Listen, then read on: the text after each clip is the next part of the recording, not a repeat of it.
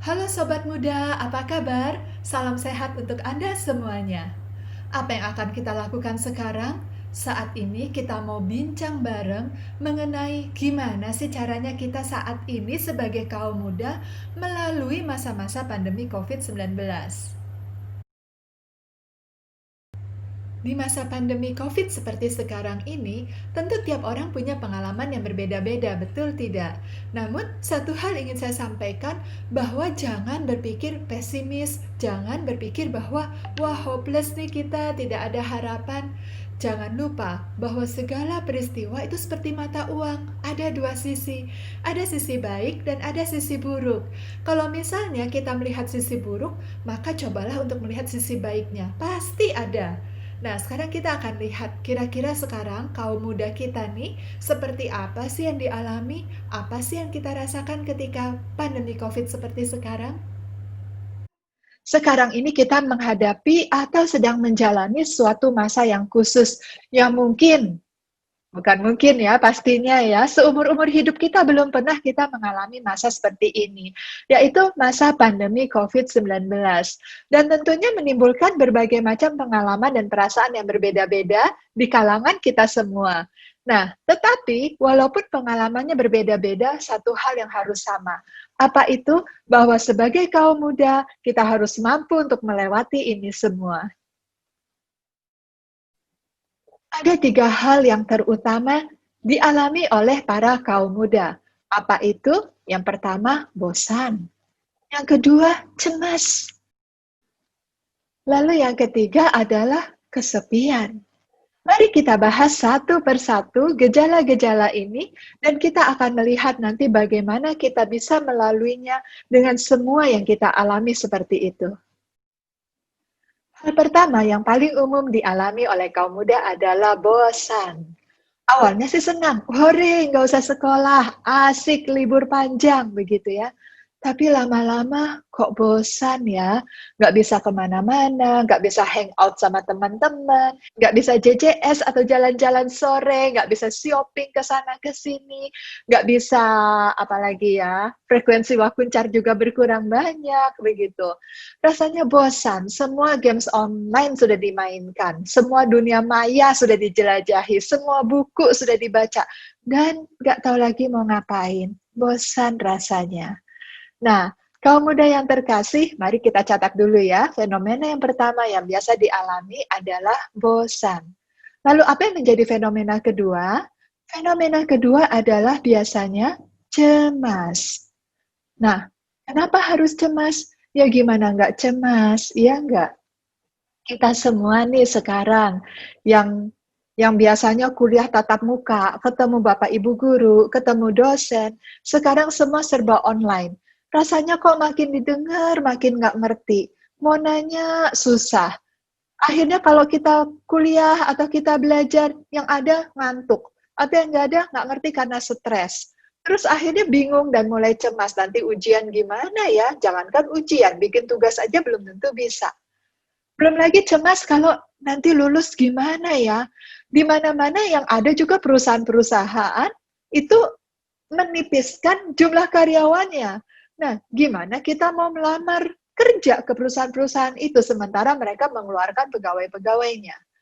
Kalau mau wirausaha apa? Orang-orang semua pada di rumah, kita mau jualan apa? Jadi hidup dipenuhi dengan kecemasan. Belum lagi lihat orang tua, mulai cemas lagi. Bagaimana ya orang tua sekarang, pendapatan mereka menurun, lalu bagaimana masa depan keluarga? Nah, kemudian yang ketiga apa? Kesepian. Kok rasanya sepi, nggak ada teman ngobrol, nggak ada teman curhat.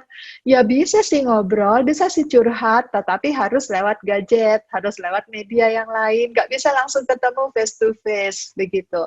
Nah, akhirnya mulai galau, mulai gundah gulana.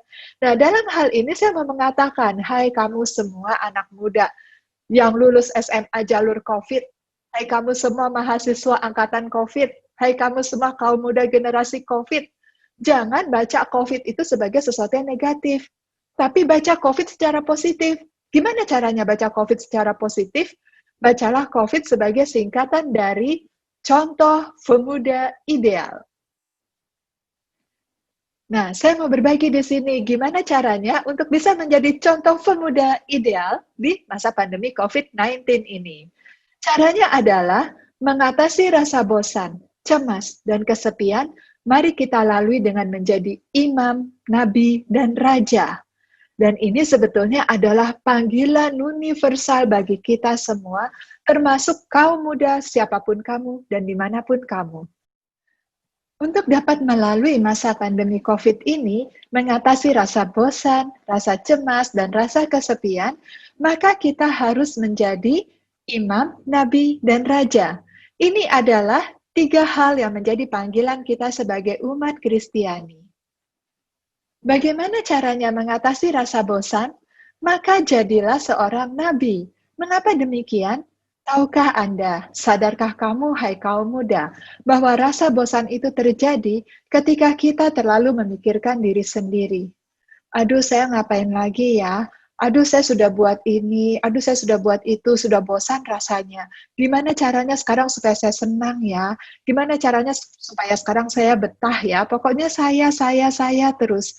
Ketika kita terus memikirkan diri sendiri, maka kita akan mudah sekali jatuh ke dalam rasa bosan. Nah, oleh karena itu kita perlu mengatasinya dengan memenuhi panggilan kita untuk menjadi seorang nabi. Ketika kita dibaptis, kita menerima Roh Kudus. Dan Roh Kudus itu menjadikan kita anak-anak Allah, menjadikan kita sebagai anggota gereja. Dan sebagai anak Allah, juga sebagai anggota gereja, kita dipanggil untuk menjadi imam, menjadi nabi, dan menjadi raja. Menjadi nabi maksudnya bagaimana? Bukan kembali ke masa lampau, masuk perjanjian lama, bukan itu. Tetapi menjadi nabi di masa modern ini, sesuai dengan status kita masing-masing, maka kita perlu menyuarakan suara Tuhan, perlu membawa kasih Tuhan kepada orang lain, sehingga setiap orang bisa merasakan kehadiran Tuhan lewat kehadiran kita ataupun lewat pelayanan kita. Inilah panggilan menjadi seorang nabi. Dan percayalah, ketika kita memenuhi panggilan kita untuk menjadi seorang nabi, maka perlahan-lahan kita dapat mengatasi rasa bosan yang begitu mengekang dan membelenggu hati kita. Nah, mungkin ada yang protes atau bertanya-tanya dalam hati, saya ini nggak ada background teologi, saya ini nggak pernah kuliah spiritualitas, bahkan retret aja jarang-jarang punya. Gimana caranya saya bisa menjadi seorang nabi? Gimana caranya saya bisa mewartakan kerajaan Allah? Nah, saudara-saudariku yang terkasih, jangan salah. Menjadi seorang nabi itu bukan berarti kita harus berkhotbah, berkoar-koar, pegang mic, cari speaker, bukan begitu. Tetapi menjadi seorang nabi itu kan intinya membuat orang lain dapat mengalami kehadiran Allah lewat kehadiran kita. Nah, kita nggak harus kok pinter khotbah. Kita bisa sharing misalnya ya, cerita-cerita tentang pengalaman kasih Allah di dalam hidup kita. Itu sudah menyuarakan kasih Tuhan bagi orang lain. Atau kita juga bisa mendoakan orang-orang yang ada di sekitar kita. Di masa pandemi COVID seperti sekarang, kita tahu begitu banyak orang yang menderita, begitu banyak orang yang kesusahan, dan membutuhkan doa-doa kita. Dengan kita berdoa bagi mereka, maka kita memohon agar rahmat Tuhan, agar kasih Tuhan menjamah orang-orang itu, sehingga mereka bisa mengalami kasih Tuhan, bisa merasakan berkat Tuhan dalam hidup mereka. Apalagi ya kalau ada yang sakit. Biasa kalau ada yang sakit di masa sekarang ini, aduh hampir putus asa deh. Pertama, dia takut kalau sakitnya itu COVID. Nah, kemudian dia takut ke rumah sakit. Ya enggak? Sekarang ini kan orang takut ke puskesmas, takut ke rumah sakit. Karena apa? Takut ketularan COVID. Atau kalau dia sudah merasa kayaknya saya ada gejala COVID, takut ketahuan beneran COVID gitu loh, diklarifikasi dia takut menghadapi kenyataan.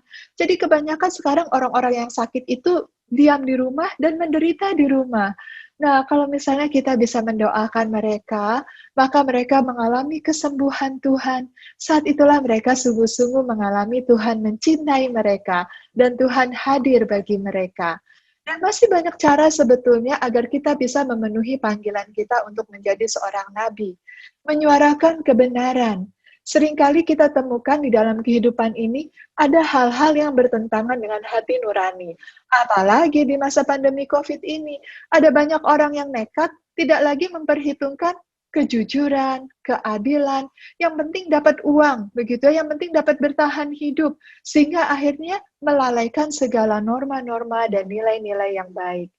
Nah, apa yang terjadi? Mereka jatuh dalam keterpurukan, mereka jatuh dalam dosa. Pada saat itu, beranikah kita menyuarakan kebenaran? Sebagai seorang nabi, menyuarakan suara Tuhan agar mereka kembali ke jalan Tuhan. Dalam perjanjian lama, kita mengenal ada banyak nabi. Ada Nabi Musa, ada Nabi Elia, dan masih banyak lagi nabi-nabi yang lain. Mereka memiliki karakter yang berbeda-beda. Mereka berasal dari tempat yang berlain-lainan. Mereka hidup di zaman yang tidak sama. Akan tetapi, ada satu yang sama dari antara mereka semua. Apa itu? Semua nabi-nabi memiliki gairah ilahi yang luar biasa. Semua nabi-nabi itu memiliki hati yang berkobar-kobar. Nah, ini adalah kunci untuk mengatasi rasa bosan. Kenapa sih orang bisa bosan? Karena dia sudah tidak bergairah lagi dalam hidup ini. Jadi, untuk mengatasi rasa bosan dibutuhkan gairah. Dan untuk bisa menjadi seorang nabi yang baik dibutuhkan gairah ilahi. Apa itu gairah ilahi? Yaitu hati yang berkobar-kobar untuk membawa Tuhan bagi sesama. Nah, gairah ilahi ini bagaimana cara memperolehnya? Tidak lain adalah dengan mencintai Tuhan. Saudara-saudariku yang terkasih, semua anak-anak muda saya yakin deh, pasti semua pernah merasa jatuh cinta, betul nggak? Nah, ketika Anda merasa jatuh cinta, apakah hidup menjadi membosankan? Tidak. Yang terjadi adalah sebaliknya. Hidup menjadi lebih indah. Karena sebetulnya hidup ini menjadi lebih hidup ketika ada cinta. Ketika ada cinta di hati, hidup ini terasa berbeda dan walaupun mungkin kita melalui jadwal yang sama dari hari ke hari, tapi tiap hari itu tidak ada yang sama rasanya. Nah, demikian juga ketika kita mencintai Tuhan. Semakin kita mencintai Tuhan, maka semakin hati kita dipenuhi dengan gairah ilahi. Semakin hati kita berkobar-kobar untuk apa? Untuk membawa Tuhan bagi sesama. Kita memiliki kerinduan yang besar agar setiap orang mengalami kasih Tuhan, mendengarkan suara Tuhan, mengalami kehadiran Tuhan. Lalu bagaimana caranya? Tenang saja. Kalau kita mencintai Tuhan, kita hidup dalam kasih-Nya, Tuhan akan buka jalan kok.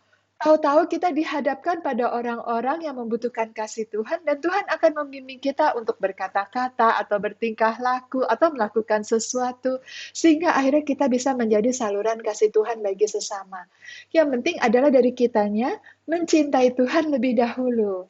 Nah, sekarang bagaimana supaya kita bisa mencintai Tuhan dengan dalam? Caranya adalah biarkanlah dirimu dicintai oleh Tuhan. Karena kasih itu dari Tuhan dulu. Tuhanlah yang lebih dahulu mencintai kita. Nah, dengan cinta Tuhan itu, maka kita mencintai Dia. Karena apa? Cinta kita ini cinta manusia, cinta yang terbatas, cinta yang fana. Bagaimana kita bisa mencintai Tuhan dengan dalam pakai cinta kita yang manusiawi ini? Karena itu, agar kita bisa mencintai Tuhan dengan dalam, maka kita mencintai Dia dengan cintanya sendiri yang dituangkan ke dalam diri kita. Oleh karena itu penting banget loh, anak-anak muda, teman-teman muda semuanya, luangkanlah waktu setiap hari untuk berdoa. Nah, ketika berdoa, apa yang dilakukan? Rasakanlah betapa Tuhan sangat mencintai kita. Syukuri semua yang kita miliki. Syukuri semua yang kita terima. Syukuri kejadian demi kejadian, peristiwa demi peristiwa. Dan kemudian rasakan betapa Tuhan mencintai kita. Kita buka hati kita lebar-lebar, membiarkan kasih Allah tertuang di dalam diri kita. Maka pada saat itulah kita mampu mencintai Tuhan juga dengan berkobar-kobar. Dan saat itulah kita memiliki gairah ilahi di dalam diri kita, yang membuat kita menjadi semangat, menjadi lebih hidup, dan tidak ada lagi kata bosan, sekalipun COVID masih berlangsung. Apa syarat menjadi nabi? Yaitu mencintai Tuhan. Bagaimana supaya bisa mencintai Tuhan? Membiarkan diri kita dicintai oleh kasih Tuhan, karena Dialah yang lebih dahulu mengasihi kita sebelum kita dapat mengasihi Dia. menenggelamkan diri dalam sabdanya, membiarkan hati kita dipenuhi dengan sabda dan kasih Tuhan. Maka ketika kita sudah mampu mencintai Tuhan karena rahmat Allah, maka kita akan menjadi berkobar-kobar untuk mewartakan sabdanya. Hidup kita dipenuhi dengan gairah ilahi. Jadi di sini kita lihat, dengan memenuhi panggilan sebagai nabi, maka kita dapat mengatasi rasa bosan. Kemudian panggilan yang kedua adalah menjadi seorang imam. Loh, saya ini perempuan loh, masa saya jadi imam sih? Nah, jangan salah, panggilan menjadi imam itu bukan berarti harus masuk biara atau jadi pastor lalu berdiri di altar, bukan begitu ya.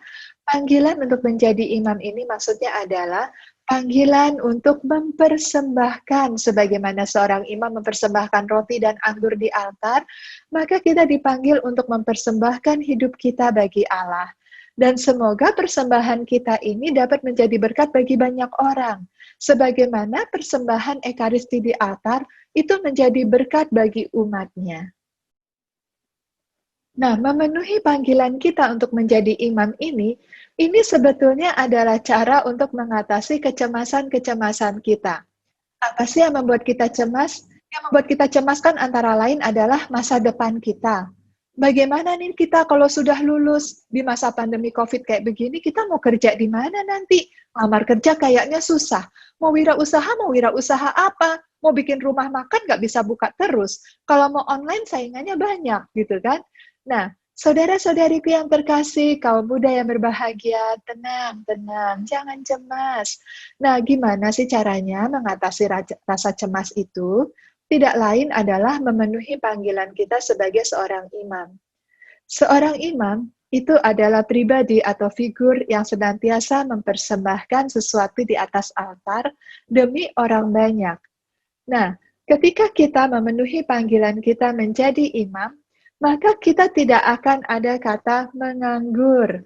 Mengapa? Yang kita cemaskan itu kan sekarang gimana nanti kalau saya nganggur, kalau sudah lulus kuliah, gimana nanti kalau saya tidak punya penghasilan, tidak punya pendapatan. Nah, saudara-saudariku yang terkasih, ketika kita mempersembahkan diri kita kepada Tuhan, jangan takut. Pada saat itu, ingat baik-baik apa yang Yesus katakan. Carilah dahulu kerajaan Allah, maka semuanya akan ditambahkan kepadamu. Seringkali yang kita cari adalah tambahannya dulu, bukan kerajaan Allah. Padahal kalau kita mencari kerajaan Allah dulu, maka tidak usah khawatir. Tuhan pasti akan mencukupi semua orang yang setia kepadanya. Bukankah rambut di kepala kita terhitung semuanya? Tidak ada satu helai rambut pun yang jatuh tanpa Tuhan ketahui. Bukankah kita lebih berharga daripada burung pipit di udara? Bahkan bunga bakung di ladang saja didandani Tuhan, apalagi kita manusia yang berharga di matanya. Yang jadi masalah bagi kita adalah kita harus lebih dulu mencari kerajaan Allah. Lalu bagaimana caranya? Lebih dulu mencari kerajaan Allah. Bukan setiap hari kita cari, mana ini kerajaan Allah? Cari lagi di mana? Bukan itu maksudnya ya. Tetapi lebih dahulu mencari kerajaan Allah adalah kita mempersembahkan diri kita kepada Tuhan setiap hari. Mempersembahkan diri kita kepada Tuhan setiap waktu. Itu sebagai tanda bahwa Tuhan adalah prioritas bagi kita. Dan bahwa hidup kita ini pertama-tama dan yang terutama adalah untuk Tuhan. Kaum muda yang terkasih, sebagaimana rasa bosan itu timbul karena kita terlalu memikirkan diri sendiri, rasa cemas juga begitu. Rasa cemas itu timbul ketika kita terlalu mencintai diri sendiri, sehingga kita terus memikirkan bagaimana nanti saya, apa yang akan terjadi dengan saya, nanti saya ini akan bagaimana ya, selalu saya terus. Oleh karena itu, untuk mengatasi rasa cemas ini adalah dengan keluar dari diri sendiri. Dan untuk memenuhi panggilan menjadi seorang imam, itu merupakan latihan bagi kita, juga suatu tindakan bagi kita untuk keluar dari diri kita sendiri.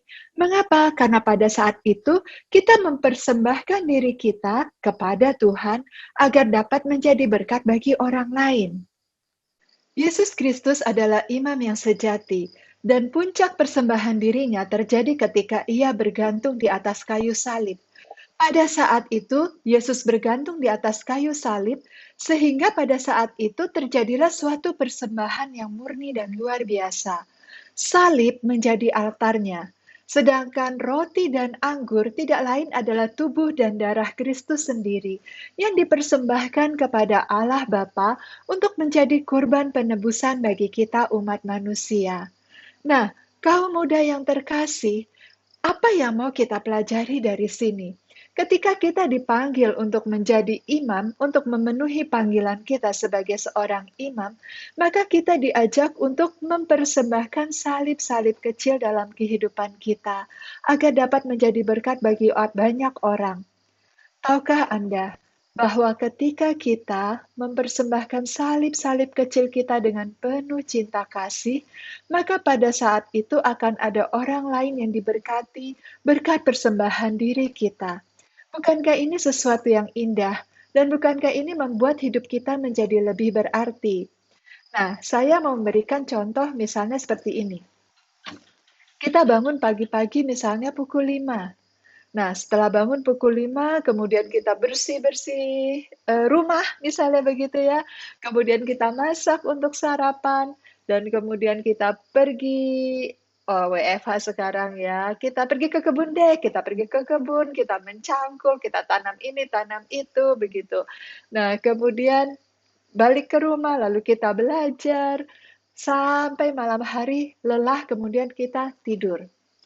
Nah, itu semua kita lakukan biasa saja tanpa ingat Yesus sama sekali. Lalu keesokan harinya kita melakukan aktivitas yang persis sama, dengan waktu yang persis sama, tapi bedanya ketika kita lelah, kita persembahkan kepada Yesus. Ketika misalnya kita mencangkul di kebun lalu jari kita terluka begitu atau lecet, kita persembahkan kepada Yesus. Ketika kita belajar dalam keadaan sudah ngantuk karena habis berkebun, tapi kita berusaha buka mata, begitu kan? Nah, lalu kita persembahkan kepada Yesus demi cinta kepada Dia, kita bertahan belajar sungguh-sungguh walaupun rasanya mata mengantuk. Nah, ketika malam hari kita tidur, lelahnya sama tidak? Kelelahannya sama karena tenaga yang dibuang sama. Waktu yang dipakai juga sama. Bedanya apa? Di hari yang kedua, segala kelelahan kita, sakit kita, lalu apalagi ya, kurban-kurban kecil kita, itu karena kita persembahkan demi cinta kepada Yesus, itu bisa menjadi berkat bagi orang lain. Sementara hari yang pertama tidak berarti apa-apa. Nah, coba Anda pikirkan, bukankah betapa sia-sianya kalau kita melewati hari begitu saja tanpa dipersembahkan demi cinta kepada Yesus? Padahal setiap titik-titik cinta yang kita persembahkan kepada Yesus itu bisa menjadi berkat bagi banyak orang. Bukankah para kudus itu menjadi berkat bagi begitu banyak orang karena cinta kasih mereka yang besar kepada Tuhan? Santa Teresia dari Lisieux, bahkan dia mengangkat sepotong jarum pun dia lakukan demi cinta kepada Tuhan. Dan itu perbuatannya itu yang dilakukan walaupun sederhana, tetapi dilakukan demi cinta kepada Tuhan, bisa menjadi berkat bagi orang lain. Bisa menjadi silih bagi dosa-dosa kita, bisa menjadi sumber-sumber berkat bagi orang-orang lain, entah itu keluarga kita ataupun orang-orang yang ada di belahan bumi lain yang tidak kita kenal. Maka sebagaimana janji Tuhan, semuanya akan ditambahkan kepada kita. Artinya apa? Ketika kita menyerahkan diri kepada Tuhan, mempercayakan diri kepada Tuhan, maka percayalah semuanya akan dicukupi. Sebagaimana janji-janji Yesus. Berapa kali dalam kitab suci dia mengatakan jangan takut. Ada 365 kali. Sama dengan jumlah hari dalam 1 tahun. Artinya apa? Tiada satu hari pun Tuhan tanpa mengatakan jangan takut, jangan cemas. Lalu apa yang terjadi? Karena persembahan rasa sakit itu, persembahan salib-salib yang diserahkan Santa Lidwina kepada Tuhan, begitu banyak orang mengalami pertobatan. Begitu banyak orang mengalami kasih Tuhan, dan mendapatkan berkat Tuhan. Nah, karena itu, teman-teman muda yang terkasih, inilah kesempatan bagi kita untuk membuat hidup kita ini berarti. Jadi, setelah tadi kita memiliki hidup yang bergairah, yang berkobar-kobar dengan menjadi nabi dalam kehidupan kita, maka sekarang kita diminta untuk terus mempersembahkan hidup kita agar dapat berarti bagi orang lain, menjadi berkat bagi orang banyak. Inilah anak muda yang sejati, alias contoh pemuda ideal. Demikianlah kita lihat, dengan memenuhi panggilan kita sebagai imam, maka kita dapat melalui hari-hari kita yang diliputi dengan kecemasan. Sekarang mari kita masuki panggilan yang ketiga, yaitu dipanggil untuk menjadi raja. Dipanggil menjadi raja itu artinya apa? Begini, kita harus menyadari bahwa kita adalah anak Allah. Dan Allah itu adalah raja segala raja. Dan karena kita anaknya, maka kita berhak mewarisi kerajaannya, yang tidak lain adalah kerajaan surga. Dan karena kita adalah anak Allah, kita adalah pewaris kerajaan surga, maka ada tugas kita yang khusus, yang tidak lain adalah menaklukkan kerajaan musuh. Siapa itu? Tidak lain adalah kerajaan setan atau kerajaan si jahat. Menjadi anak Allah, ini adalah hal yang harus kita syukuri. Bagaimana tidak? Kita ini adalah ciptaan. Tuhan menciptakan kita, kita diciptakan dari debu tanah. Jadi jangan lupa itu, kita bukan dilahirkan oleh Roh Kudus seperti Yesus Kristus ya, yang memang sungguh-sungguh anak Allah yang sejati. Akan tetapi kita ini cuma ciptaan yang berasal dari debu tanah, berdosa pula. Tetapi karena Tuhan begitu mengasihi kita, kita begitu berharga di matanya, kita diangkat menjadi anaknya. Nah, bedanya kalau manusia angkat anak, itu kan masing-masing dengan kodratnya sendiri ya. Jadi si orang tua angkat sama si anak angkat tetap menjadi dua orang yang berbeda dengan kodratnya masing-masing. Tetapi ketika Allah mengangkat manusia menjadi anak, memang Tuhan tetap Tuhan, manusia tetap manusia. Akan tetapi, kita sebagai manusia mengambil bagian dalam kodrat Allah. Artinya apa? Kita manusia nih yang daging, yang kodratnya daging banget, manusia banget, fana banget, hanya bisa taunya berdosa saja.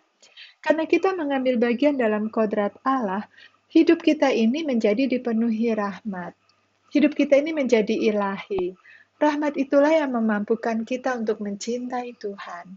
Rahmat itulah yang memampukan kita untuk bertobat. Rahmat itulah yang memampukan kita untuk melakukan kebaikan-kebaikan yang berkenan kepada Allah. Jadi sebetulnya, kalau tadi kita merasa ragu-ragu, bagaimana mungkin saya bisa memenuhi panggilan menjadi seorang nabi?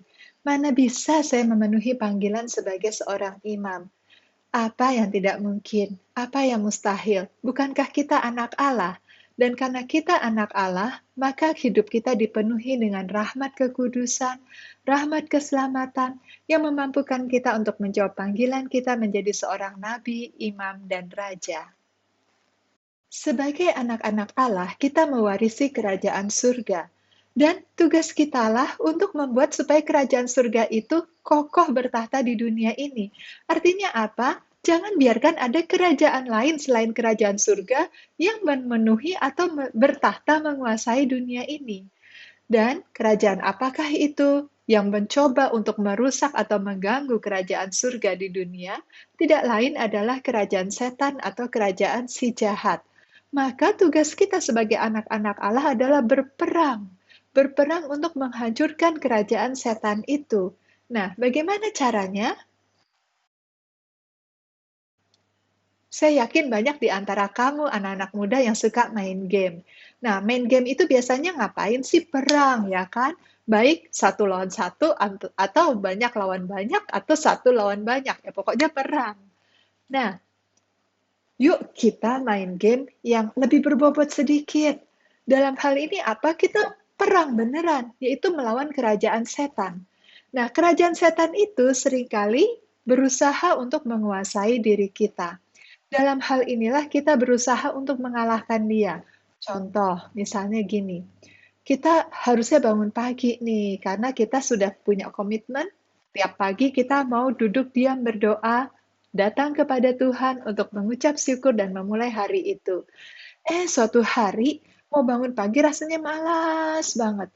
Pikiran itu berkata, ngapain bangun pagi? Udahlah sekali-sekali nggak usah doa, nggak apa-apa kali. Nah, pada saat itu, ketika kita menyangkal diri, pokoknya saya harus bangun berdoa. Sekalipun saya ngantuk, sekalipun rasanya males banget, tapi saya harus bangun berdoa. Maka pada saat itu kita menang. Nah, boleh tuh kasih skor 1, begitu. Nah, nanti kalau misalnya ada lagi ya godaan datang. Masa Advent nih misalnya kita sudah punya komitmen mau pantang.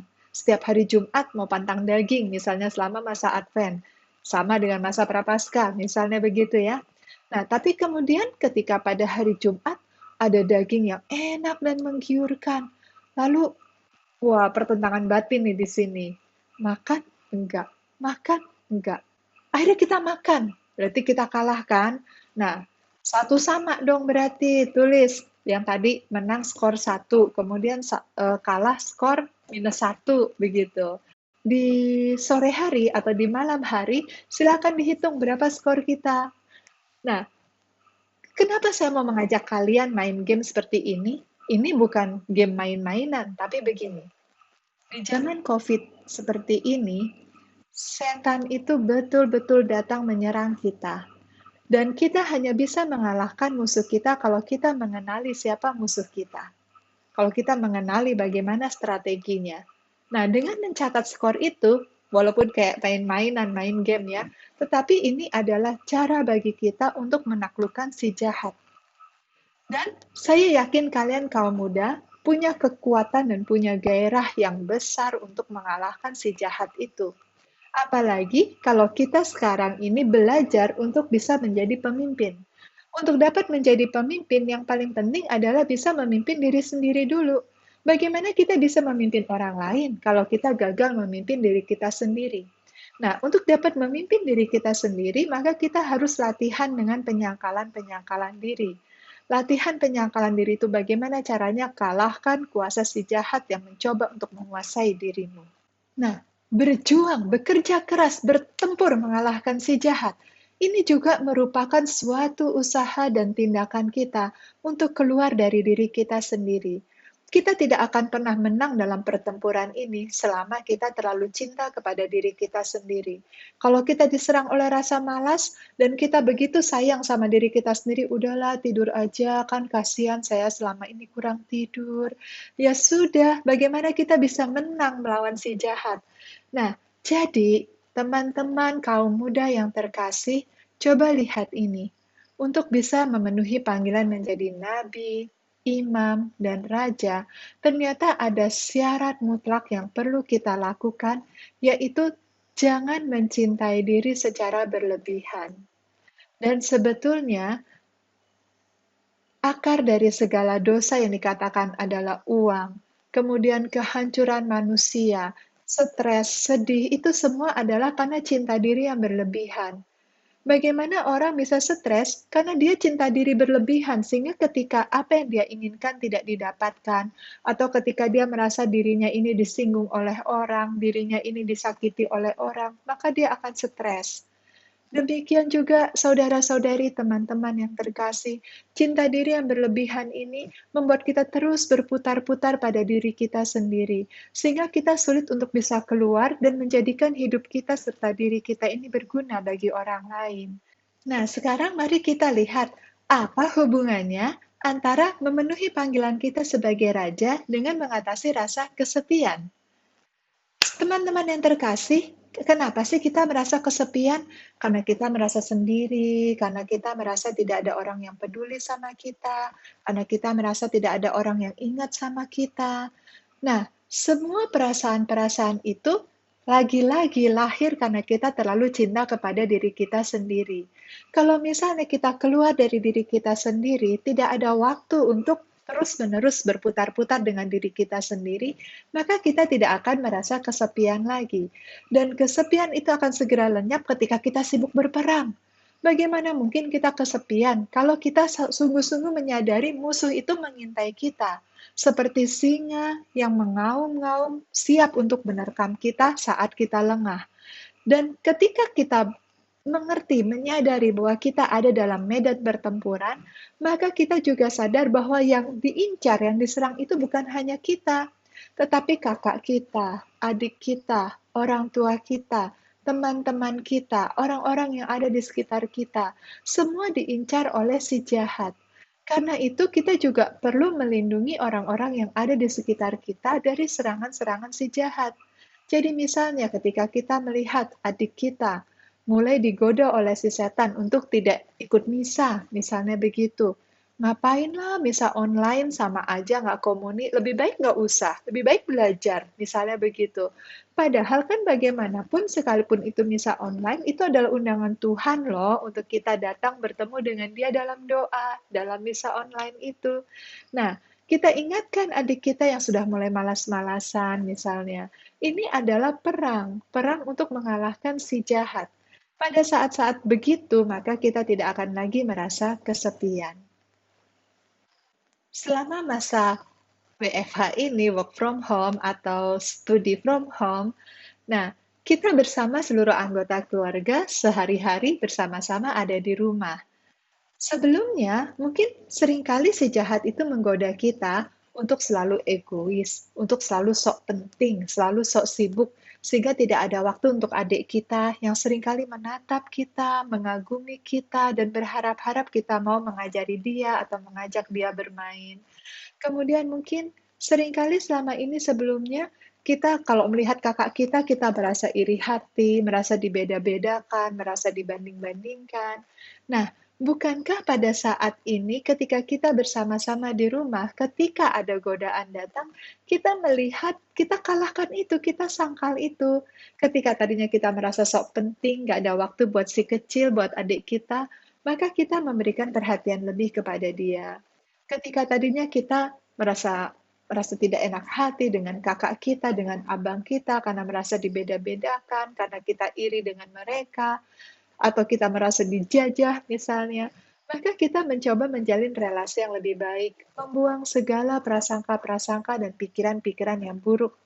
Nah, dengan demikian, maka kita sudah berhasil untuk mengalahkan diri kita sendiri dan mengalahkan godaan si jahat. Sebetulnya yang seringkali membuat kita kesepian adalah karena kita terasing dari anggota keluarga kita sendiri. Kalau misalnya kita sungguh-sungguh merasa bahwa kita adalah bagian dari keluarga kita, dan bahwa kita sayang sama mereka, dan percaya serta merasakan mereka sayang sama kita, maka kita tidak akan pernah merasa kesepian. Karena itu, kalahkanlah kuasa si jahat yang membuat kamu merasa terasing di rumah sendiri. Jadi, bagaimana caranya untuk tetap beriman di masa pandemi COVID yang penuh tantangan ini? Mari kita kenali dulu 3 tantangan utama bagi kaum muda, yaitu bosan, cemas, dan kesepian. Lalu bagaimana cara mengatasinya? Cara melewati hari-hari pandemi COVID kita adalah penuhilah panggilan kita sebagai nabi, imam, dan raja. Demikianlah sahabat kaum muda dimanapun Anda berada. Perbincangan kita mengenai bagaimana caranya menjalani masa-masa COVID yang penuh dengan tantangan ini. Jadi caranya kita kenali dulu apa 3 tantangan utama bagi kita anak-anak muda. Tidak lain adalah bosan, cemas, dan kesepian. Cara menjawabnya adalah penuhi panggilan kita untuk menjadi nabi, imam, dan raja. Lalu bagaimana sih caranya supaya kita bisa menjawab panggilan kita untuk menjadi nabi, imam, dan raja? Tidak lain adalah dengan mencintai Tuhan di atas segala-galanya. Sampai jumpa.